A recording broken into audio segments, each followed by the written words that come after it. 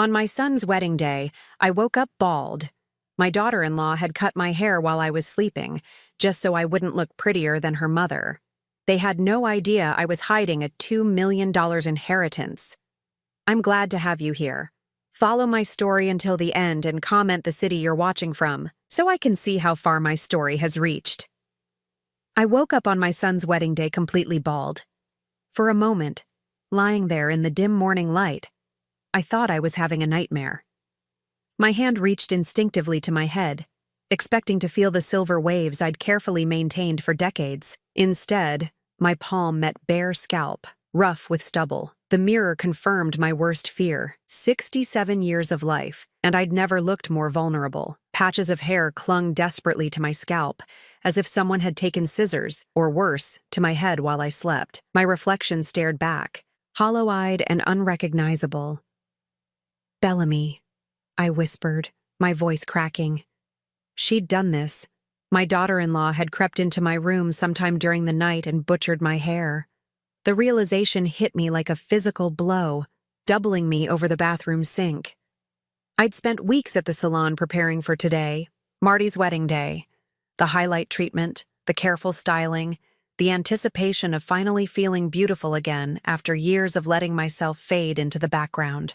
All destroyed in one malicious act. My hands shook as I reached for my phone. "Marty, I need you to come over immediately." "Mom, it's 6 a.m. The wedding isn't until—" "Your wife cut my hair off." The words came out broken, barely audible. Silence stretched between us. When he finally spoke, his voice carried that familiar edge of annoyance I'd grown to dread. "What are you talking about?"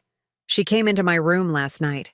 She cut off all my hair, Marty. I'm bald." Another pause. "Mom, that sounds— Are you sure you didn't have some kind of episode? Maybe you should—" "I'm not having an episode." The words exploded from me, desperate and raw. "Your wife attacked me in my sleep." When Marty arrived an hour later, Bellamy was with him. She walked into my home with the casual confidence of someone who owned the place, her perfectly styled blonde hair catching the morning sunlight streaming through my kitchen window. "Oh my goodness, Paulette," she said, covering her mouth in mock horror. "What happened to your hair?" The performance was flawless. If I hadn't known better, I might have believed her concern was genuine.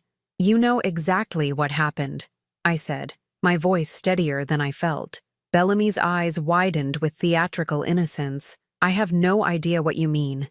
Marty, your mother is accusing me of something terrible." My son looked between us, his face a mask of frustration. At 35, Marty had inherited his father's weak chin and my stubborn streak, but none of the backbone needed to stand up to the woman he'd married. "Mom, this is crazy. Bellamy was with me all night. We stayed at the hotel, remember? For the rehearsal dinner. She could have come here after you fell asleep. Why would she do something like that?" Marty's voice carried the patronizing tone he'd developed over the past 3 years, ever since Bellamy had wrapped her perfectly manicured claws around him. I looked at my daughter-in-law, searching for any crack in her performance. "Because your mother-in-law didn't want me looking better than Winifred today." Bellamy gasped, pressing her hand to her chest.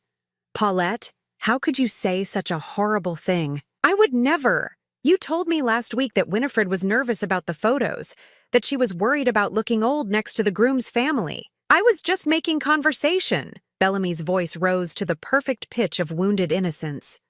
"I can't believe you'd twist my words like this."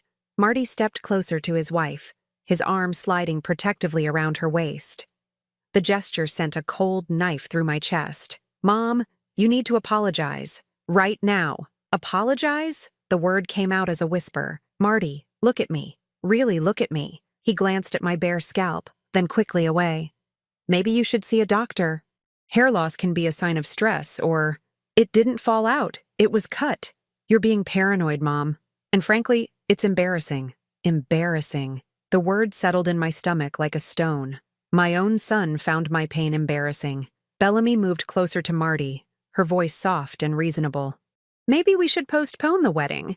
Give Paulette time to get help." "No!" The word burst from me with surprising force. "Don't you dare postpone this wedding because of what you did to me." "What I allegedly did," Bellamy corrected.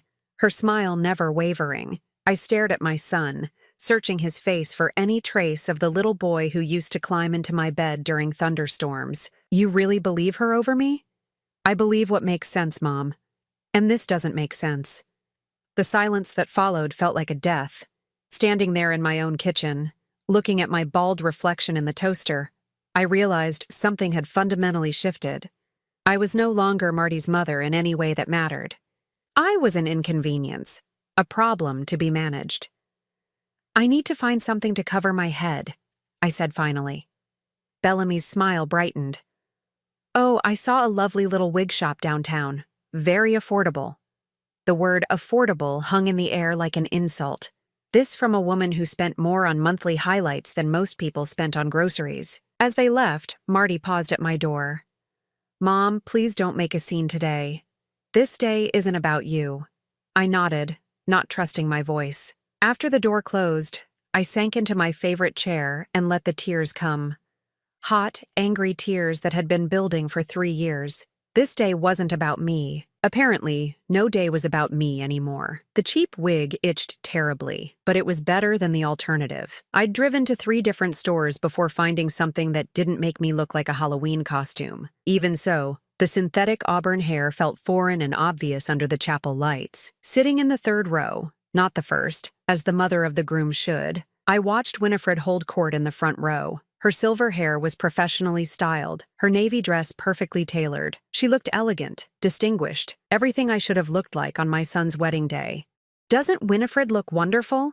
The woman next to me whispered. So refined. I nodded and smiled, the way I'd been trained to do for the past 3 years. Always smile, always agree, never make waves. The truth was, this humiliation had been building since the day Marty announced his engagement. I just hadn't wanted to see it. I remembered that first dinner when Bellamy brought her parents to meet me. I'd spent 2 days preparing, cleaning my modest home until it sparkled, cooking Marty's favorite meal. When they arrived, Winifred had walked through my living room like she was touring a museum of poverty. How quaint, she'd said, examining my handmade curtains. It's so nice when people make do with what they have. Bellamy had laughed, that tinkling sound that set my teeth on edge.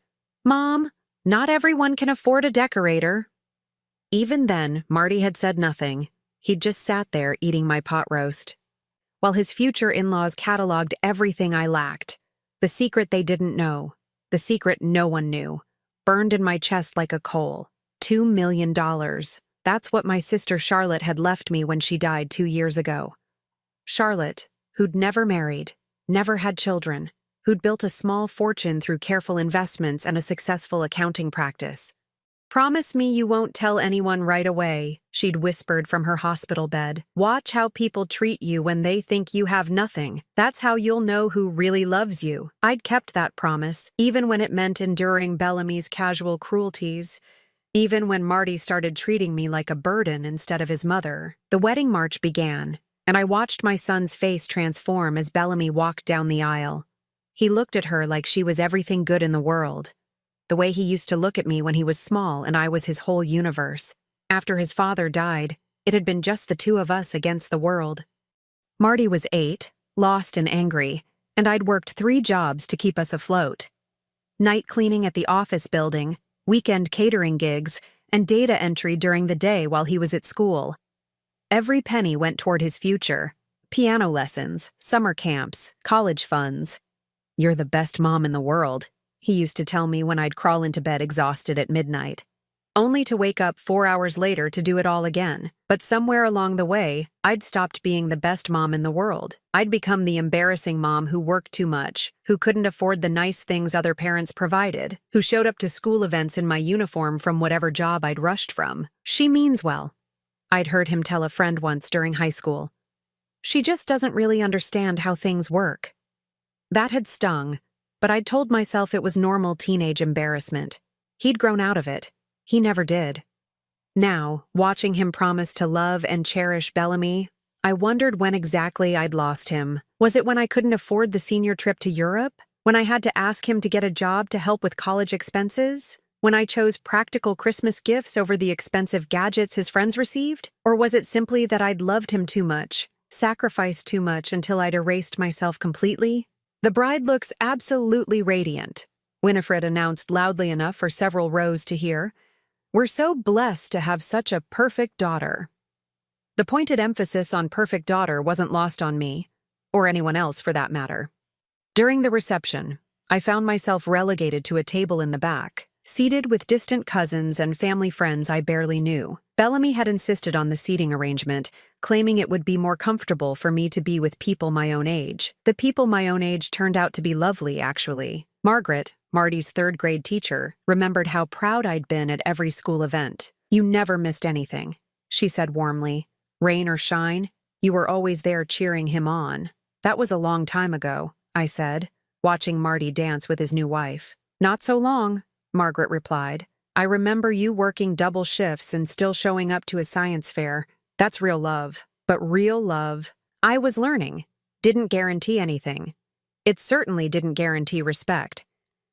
When the speeches began, Marty thanked Bellamy's parents effusively. He talked about Winifred's wisdom and guidance, about how welcomed they'd made him feel in their family. He mentioned his new father-in-law's business advice and generous spirit. He never mentioned me. Not once in his entire speech did my son acknowledge the woman who'd raised him alone, who'd sacrificed everything for his happiness, who'd driven here today wearing a cheap wig because his wife had destroyed the one vanity I'd allowed myself. The applause died down, and I excused myself to the bathroom. In the mirror, my fake hair looked even more obvious under the harsh fluorescent lights. The woman staring back at me was a stranger, defeated, invisible, forgotten. But as I adjusted the wig, something else stared back at me from the mirror, something I hadn't seen in years. Anger. Pure, clean anger that cut through the hurt like a blade. I had $2 million sitting in a bank account that no one knew about. I had choices they couldn't even imagine. And for the first time in 3 years, I was ready to start making them. The question was no longer whether my family loved me. The question was whether I was finally ready to stop begging them to. The moment came during the cake cutting. I was standing near the dessert table, trying to blend into the background, when Bellamy's laughter rang out above the crowd. She was holding court near the head table, regaling a group of wedding guests with what appeared to be a hilarious story. "Oh, you should have seen her this morning," Bellamy was saying, her voice carrying that particular tone that made my skin crawl. Marty's poor mother was convinced I'd snuck into her house and cut off all her hair while she slept. The group erupted in laughter. Someone gasped. "She actually accused you? Can you imagine?"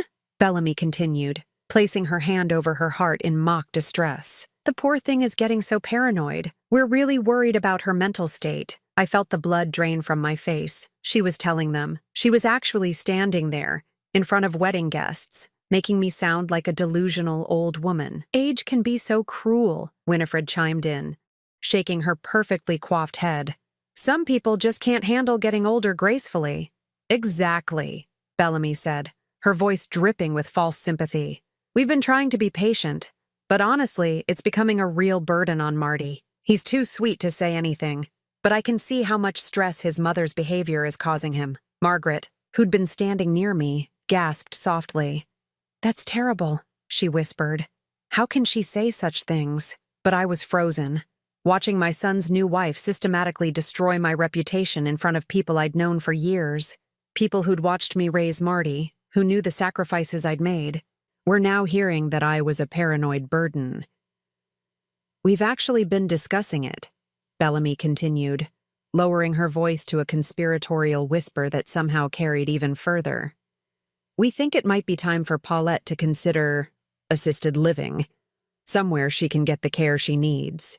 Assisted living." The words hit me like a slap. "That's probably for the best," someone replied. "My aunt went through the same thing. Started making wild accusations, forgetting things. It was so hard on the family."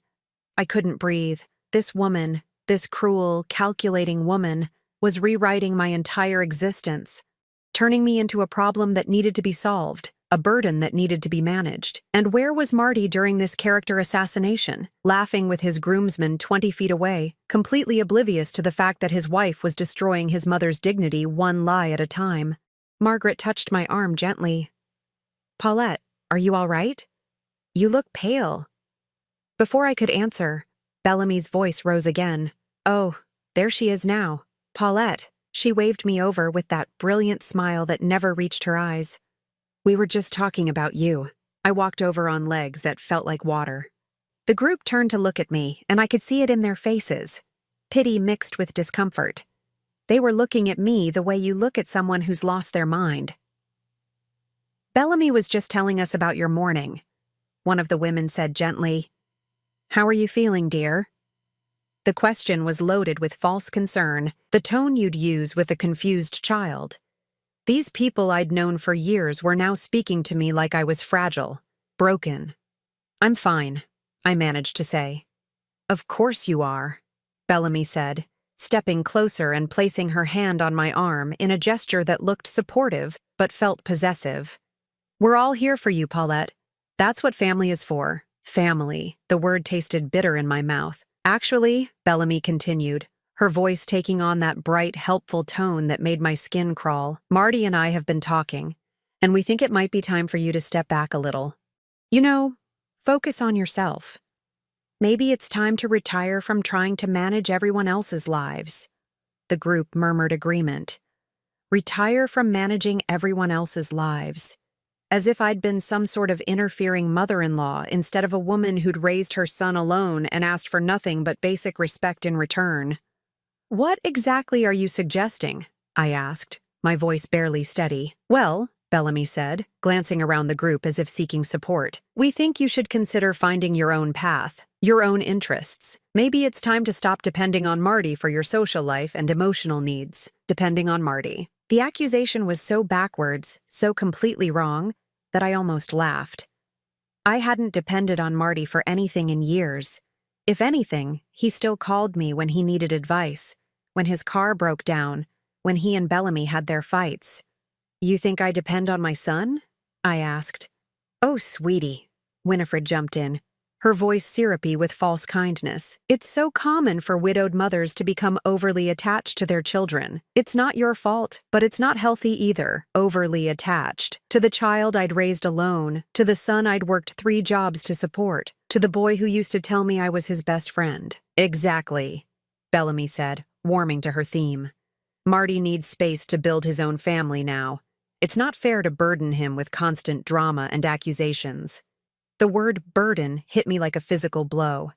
After everything I'd sacrificed, everything I'd given up, I was being labeled a burden by a woman who'd known my son for 3 years. I think there's been a misunderstanding, I said, my voice getting stronger. I never accused anyone of anything that wasn't true. Bellamy's smile faltered for just a moment, so quickly I almost missed it. But then it was back, brighter than ever. Of course, dear, she said, but you have to understand how it sounded. How it made Marty feel to have his new wife accused of something so bizarre.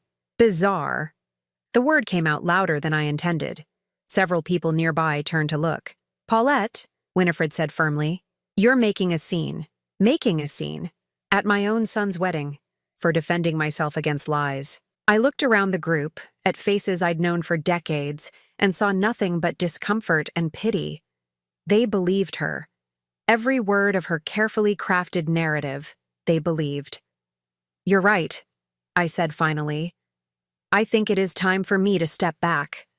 Bellamy's smile was triumphant. I'm so glad you understand. We all want what's best for everyone. What's best for everyone? Everyone except me, apparently. I excused myself and walked to the parking lot, my cheap wig sliding slightly in the humid air. Behind me, I could hear the party continuing, the laughter and music carrying on as if nothing had happened, as if I had never been there at all. Sitting in my car, still wearing the itchy wig that covered my humiliation, I made a decision. Bellamy was right about one thing. It was time for me to step back, but not in the way she thought. The lawyer's office smelled like leather and old money. Robert Hartwell had been Charlotte's attorney for 15 years, and when I called him the Monday after the wedding, he fit me in immediately. I need to make some changes to my will, I told him, sitting across from his mahogany desk in my best dress, not the mother-of-the-groom outfit I'd carefully selected and never worn properly. Of course, Mrs. Patterson. What kind of changes are we talking about? I pulled out the manila folder I'd prepared. Inside were copies of everything. The original will leaving everything to Marty, my bank statements showing the inheritance from Charlotte, and a new plan I'd drafted in my careful handwriting. "I want to remove my son as beneficiary," I said calmly. Robert's eyebrows rose slightly, but his expression remained professionally neutral. "That's certainly your right. May I ask what's prompted this decision?" "Let's just say my family has made it clear that they don't value my presence in their lives." He nodded, making notes. "And who would you like to designate as your new beneficiary?" I'd thought about this for 3 sleepless nights. "I want to establish a scholarship fund for single mothers pursuing nursing degrees." The irony wasn't lost on me. I'd worked as a nurse's aide for 12 years, one of my 3 jobs while raising Marty. It had been good, honest work, and I'd always regretted not having the time or money to get my RN degree. "That's a lovely legacy," Robert said.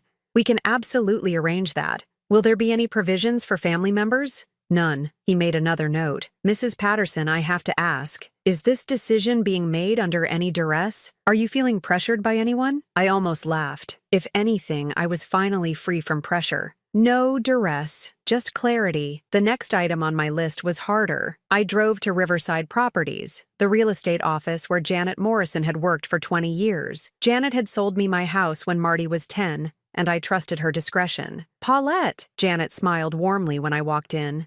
"How was the wedding? I heard it was beautiful." Beautiful. Yes, I suppose it had been, if you ignored the character assassination and public humiliation. "It was lovely," I said. "Janet, I need to talk to you about selling my house." Her smile faltered. "Selling? But you love that house. You've put so much work into it." I had loved it. Every weekend for 15 years, I'd poured my free time into that little 2-bedroom home. The garden I'd cultivated, the kitchen I'd renovated penny by penny, the living room where Marty had done his homework while I worked my night shift paperwork at the kitchen table. "I'm ready for a change," I said simply. "Well, the market is good right now. Are you looking to downsize? There are some lovely senior communities." "Actually, I'm thinking of moving out of state." Janet blinked. "Out of state? Where?" "Oregon. My cousin lives in Portland. She's been asking me to visit for years." It was true. Rebecca had been my mother's sister's daughter, and we'd stayed in touch through Christmas cards and occasional phone calls. When I'd called her yesterday, she'd been thrilled. "You should come for an extended visit," Rebecca had said. "I have a wonderful community here. Active seniors, book clubs, hiking groups.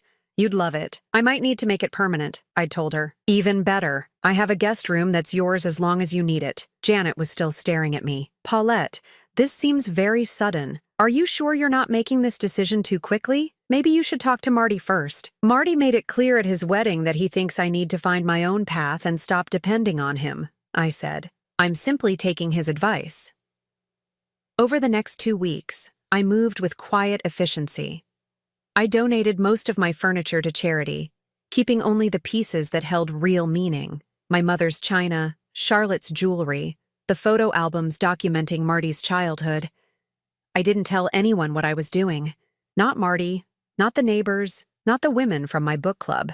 I simply went about my business, tying up loose ends with the methodical precision I'd learned from decades of managing crisis after crisis on my own. The hardest part was the storage unit. I rented a small space across town and filled it with boxes of Marty's childhood memories, his report cards, art projects, the Mother's Day cards he'd made me in elementary school with construction paper and crayons. "You're the best mom ever," one card read in his 6-year-old handwriting. "I love you to the moon and back." I packed it all away carefully, just in case someday he wanted to remember who I used to be to him. The phone calls started 2 weeks after the wedding.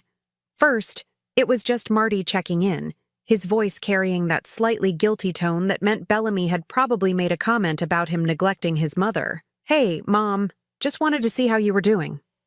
"I'm fine, sweetheart. How's married life?" "Great."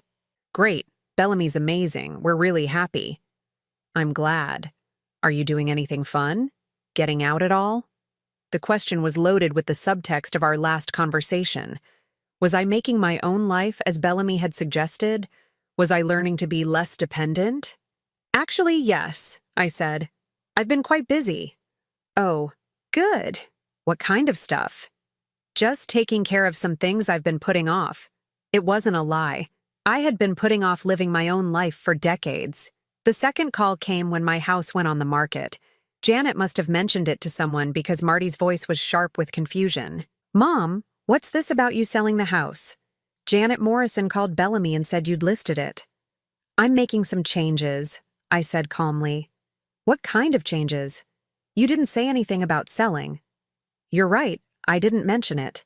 I'm learning to make my own decisions without burdening you with the details." There was a pause. "Burdening me? Mom, what are you talking about? Bellamy made it quite clear at your wedding that I needed to stop depending on you and find my own path. I'm doing exactly that." "I think there's been a misunderstanding." "No misunderstanding," I interrupted gently. I heard her quite clearly, and she was right. It's time for me to build my own life. But selling the house seems extreme. Where are you going to live? I have options. Another pause, longer this time. "Mom, you're worrying me. This doesn't sound like you." He was right. This wasn't like me. The old me would have asked his permission, sought his approval, made sure any change in my life fit conveniently into his schedule. But the old me had also believed that love and sacrifice would be rewarded with respect and consideration. The old me had been wrong about a lot of things. "I'm fine, Marty. Better than fine, actually. I'm excited about this new chapter." "New chapter?" "Mom, what aren't you telling me?"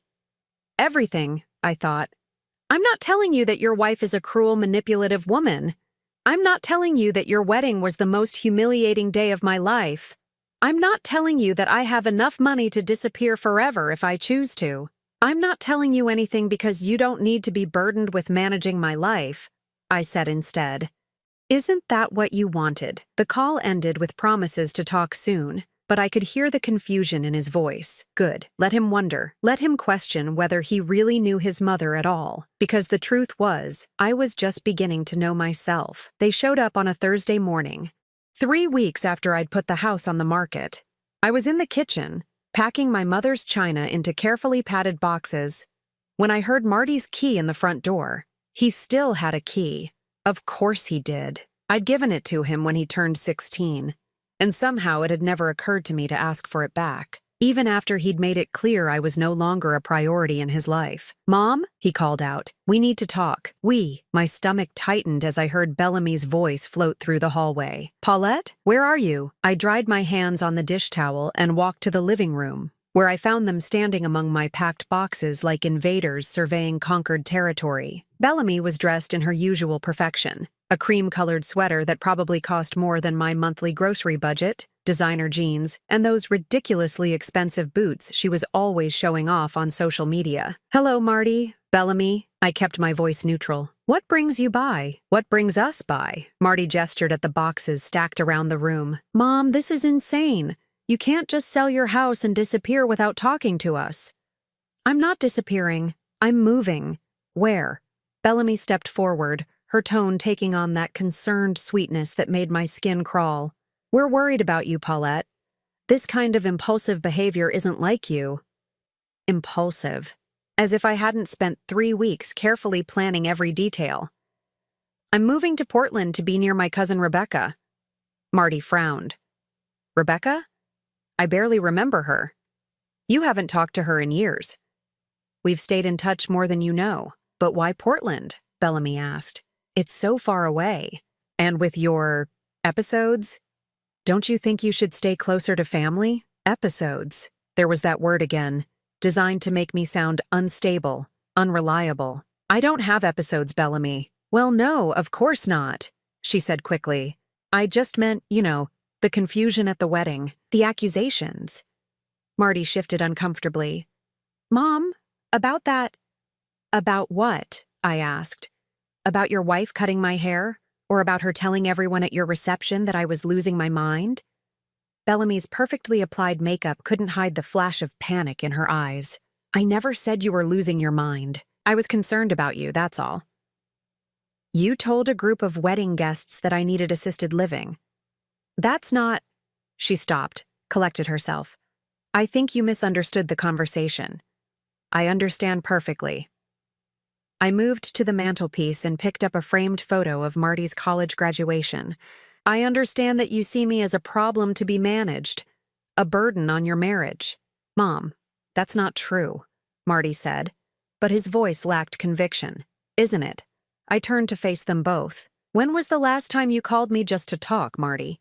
Not because you needed something, not because Bellamy reminded you that you should check on your poor, lonely mother, but because you actually wanted to hear my voice? He opened his mouth, then closed it again. Exactly. I set the photo in a box. You've made it clear that I'm no longer welcome in your life as anything more than an obligation, so I'm removing that obligation. You're being dramatic, Bellamy said, her voice sharpening. We never said you weren't welcome.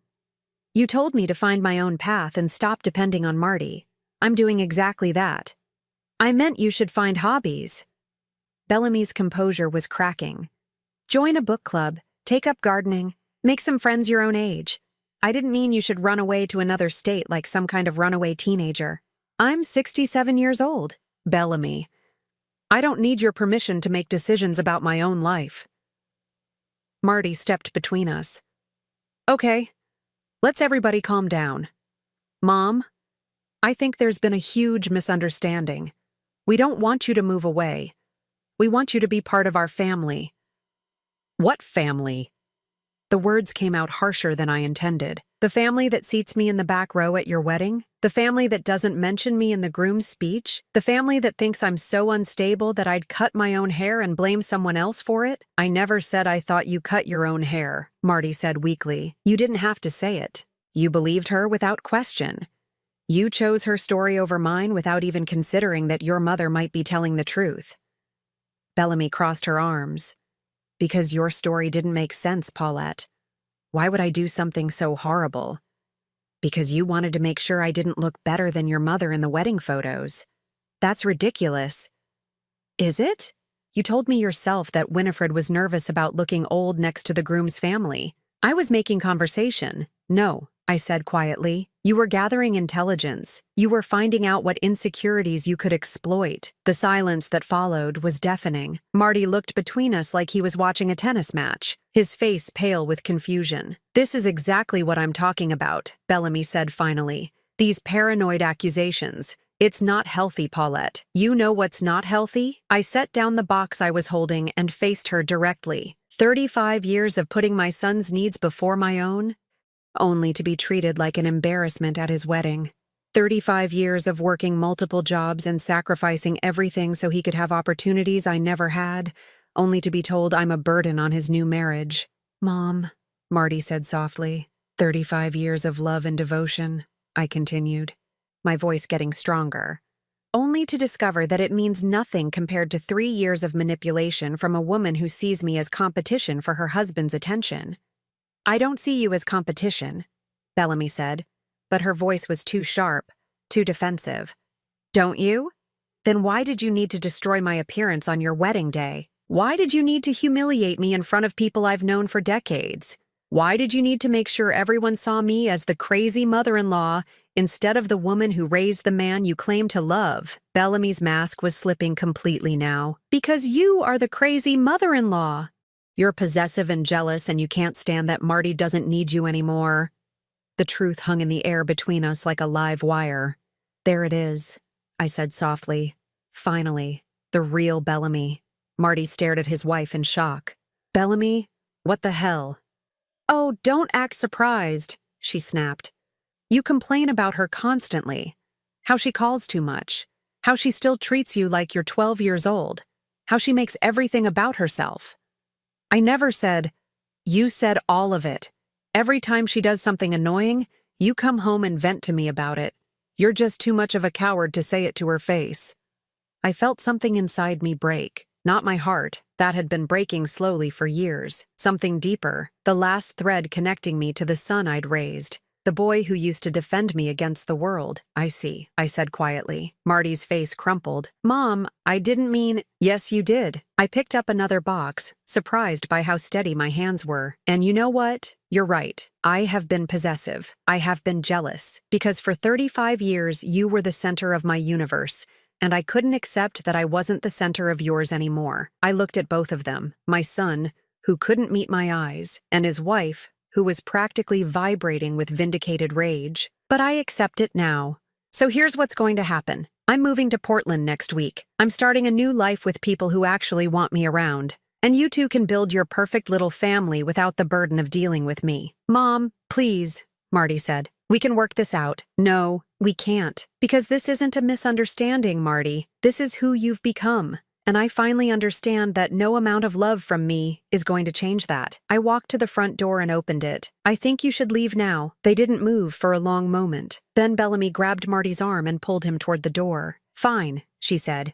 But don't expect us to come running when you realize you've made a mistake. After they left, I sat among my packed boxes and felt something I hadn't experienced in years. Relief. The worst had happened. The pretending was over. And I was still breathing. In fact, for the first time in decades, I felt like I could breathe freely. 6 months after leaving everything behind, I was standing in my new kitchen in Portland, watching the rain paint patterns on the window while fresh coffee brewed. My hair had grown back, silver and soft and styled exactly how I wanted it. No one had touched it but my new hairdresser, a lovely woman named Sarah who didn't ask intrusive questions about my past. Rebecca had been right about the community here. Within a month, I'd joined a hiking group for seniors, a book club that met at the local coffee shop, and a volunteer program at the children's hospital. For the first time in my adult life, I was living for myself. The letter from Marty sat unopened on my counter. It had arrived yesterday, forwarded from my old address, his third attempt at contact since I'd left. The first 2 had been phone calls that I'd let go to voicemail. Messages full of confusion and hurt that I'd listened to once and then deleted. I wasn't ready before. Today, I thought I might be. Dear Mom, it began in his familiar handwriting. I've been trying to reach you for months. I know you're angry, and I know we hurt you. I'm writing because I need you to know that Bellamy and I are having problems. I set the letter down and poured my coffee, adding the real cream I'd never allowed myself when money was tight. Through the window, I could see Mrs. Chen from next door tending her garden. She'd invited me for dinner tomorrow night, just because she enjoyed my company. I picked up the letter again. She's been different since you left.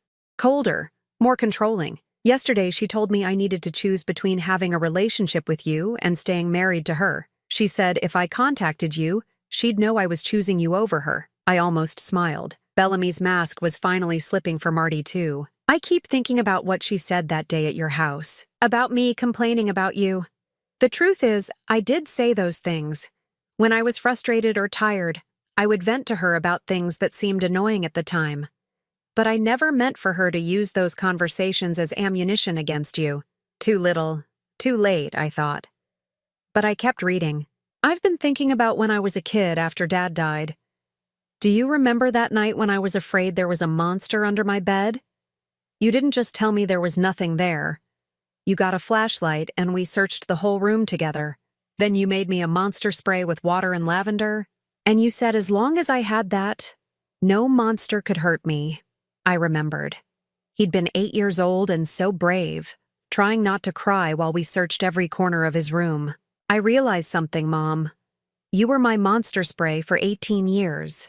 Every time the world felt scary or unfair, you made it safe again. And instead of being grateful, I grew up resenting you for it. I thought it meant I was weak, that I needed protecting. I didn't understand that it meant I was loved. The words blurred as tears filled my eyes, but I kept reading. Bellamy never had that. Her parents were cold, distant. She doesn't understand what we had, so she saw it as something unhealthy. And I was stupid enough to believe her. I walked to the living room and sat in my new favorite chair. A soft blue recliner I'd bought because I liked it, not because it matched anything else. The afternoon light was fading, and I could hear Rebecca in her garden next door, humming while she worked. I miss you, Mom, not just because things are falling apart with Bellamy, but because I finally understand what I lost when I chose to believe her over you. I lost the one person who loved me unconditionally, the one person who always saw the best in me, even when I didn't deserve it. The phone rang, interrupting my reading. Rebecca's number showed on the caller ID. Paulette, dear, are you free for dinner tonight instead of tomorrow? My nephew is visiting from Seattle, and I thought you might enjoy meeting him. He's a widower, about your age, loves to read. I smiled. Rebecca had been trying to set me up with various eligible men since I'd arrived, convinced that I needed romance to complete my new life. She didn't understand that after decades of defining myself through other people's needs, I was enjoying the luxury of answering only to myself.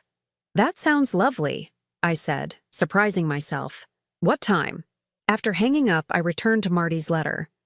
"I know I have no right to ask for your forgiveness. I know I don't deserve it. But I'm asking anyway, because I can't stand the thought of living the rest of my life without my mother." I folded the letter carefully and set it aside. Then I walked to my desk and pulled out a piece of my own stationery, cream-colored paper with my new address embossed at the top. "Dear Marty," I wrote, "thank you for your letter. It means more than you know to hear you acknowledge the mistakes that were made." I paused, thinking about what I wanted to say, how much I was willing to reveal. "I need you to understand something. I didn't leave because I stopped loving you. I left because loving you was destroying me.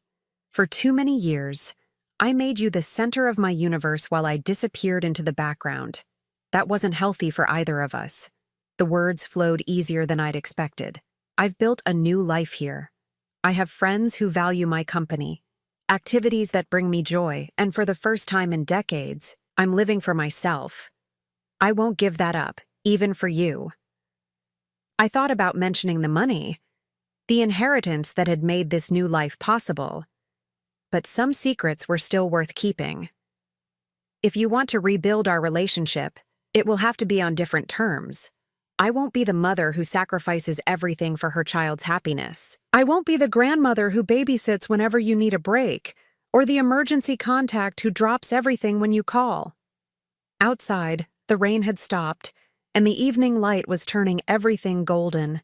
"But if you want a mother who's found her own strength, who can offer love without losing herself in the process, then perhaps we can find a way forward." I sealed the letter and set it by my purse to mail tomorrow. Then I went to get ready for dinner with Rebecca and her nephew. At the restaurant, I found myself sitting across from David, a retired teacher with kind eyes and an easy laugh. He told stories about his students, asked thoughtful questions about my move to Portland, and never once made me feel like I needed to justify my choices. "Rebecca tells me you're quite the hiker," he said over dessert. "I've been looking for someone to explore some of the harder trails with. Most of my friends think I'm too old for adventure." "I'd like that," I said, meaning it. "I'm just discovering that I'm braver than I thought." Walking home later, I felt a lightness I hadn't experienced since I was young. The weight of other people's expectations, other people's needs, other people's disappointments, all of it was gone. My phone buzzed with a text message. For a moment, I thought it might be Marty, but it was from Sarah at the hiking group. "Trail conditions are perfect for tomorrow's hike. Can't wait to see you there." I typed back quickly, "Wouldn't miss it for the world." And I meant it. This world I'd built, this life I'd claimed, I wouldn't miss a moment of it. Back in my quiet house, I made a cup of tea and sat in my blue chair, looking out at the city lights. Somewhere across the country, Marty was probably reading my letter, trying to understand the woman who had replaced the mother he thought he knew. I hoped he would understand eventually. I hoped he would find the courage to build a life based on his own choices rather than someone else's manipulations. But whether he did or not, I would be fine. For the first time in my life, I was enough for myself. And that, I realized, was the most powerful discovery of all. Now I'm curious about you who listened to my story. What would you do if you were in my place? Have you ever been through something similar? Comment below. And meanwhile, I'm leaving on the final screen 2 other stories that are channel favorites, and they will definitely surprise you. Thank you for watching until here.